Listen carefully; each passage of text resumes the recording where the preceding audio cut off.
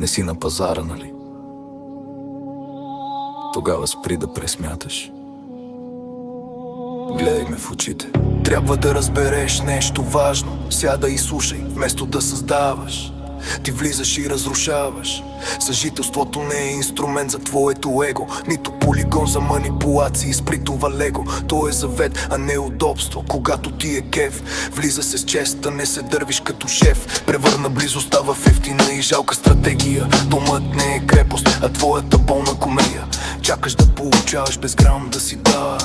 В огледалото гледаш само своята измама. Спри да търгуваш с чувства, това не е стока. Твоята схема е плитка, раната дълбока. Лоялността ти има цена, ти не инвестираш. Ти пресмяташ печалби в нощта. Третираш малките си усилия като скъпа валута. Водиш счетоводство на всяка секунда и минута.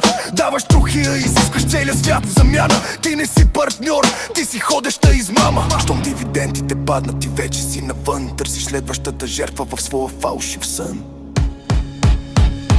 Ти не си силна, ти просто си ненаучима. В тези битки победа никога няма да има. Твоите емоции не са оръжие, те са твоят провал. Вдигаш пясъчни кули сред кал и скандал. Даваш трохи, а искаш всичко, но краят на играта ще изглежда различно.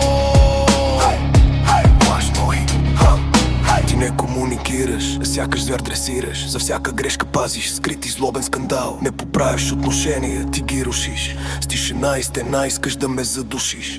Използваш близостта като наказателен метод. Изкривяваш всяка дума в своя личен отчет. Разбери го най-после. Ти не търсиш мъж, ти търсиш подчинен, когото да газиш всеки ден. Мислиш, че бунтът ти е проява на силен характер. Грешка, това е незрялост и жалък театър. Как очакваш мъжът от теб да те води и пази, когато езикът ти постоянно го гази?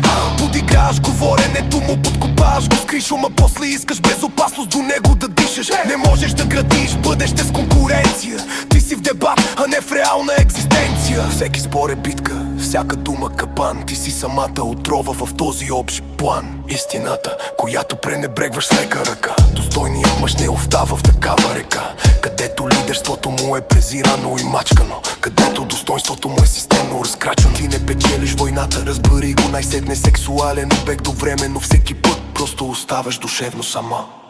Когато търсиш доминация вместо единство, ти убиваш в себе си всяко женско достоинство. Разрушаваш и него, оставаш сама, горда и празна. С твоите печалби и душа станала заразна. Меркантилна, студена и вечно недоволна. Собствената си клетка уж свободна, а болна. Пясъчна кула, счетоводството приключи, сметката е нула. Ти не си силна, ти просто си ненаучима. В тези битки победа никога няма да има. Твоите емоции не са оръжие, те са твоят провал. Вдигаш пясъчни кули сред кал и скандал. Даваш трохи, а искаш всичко, но краят на играта ще изглежда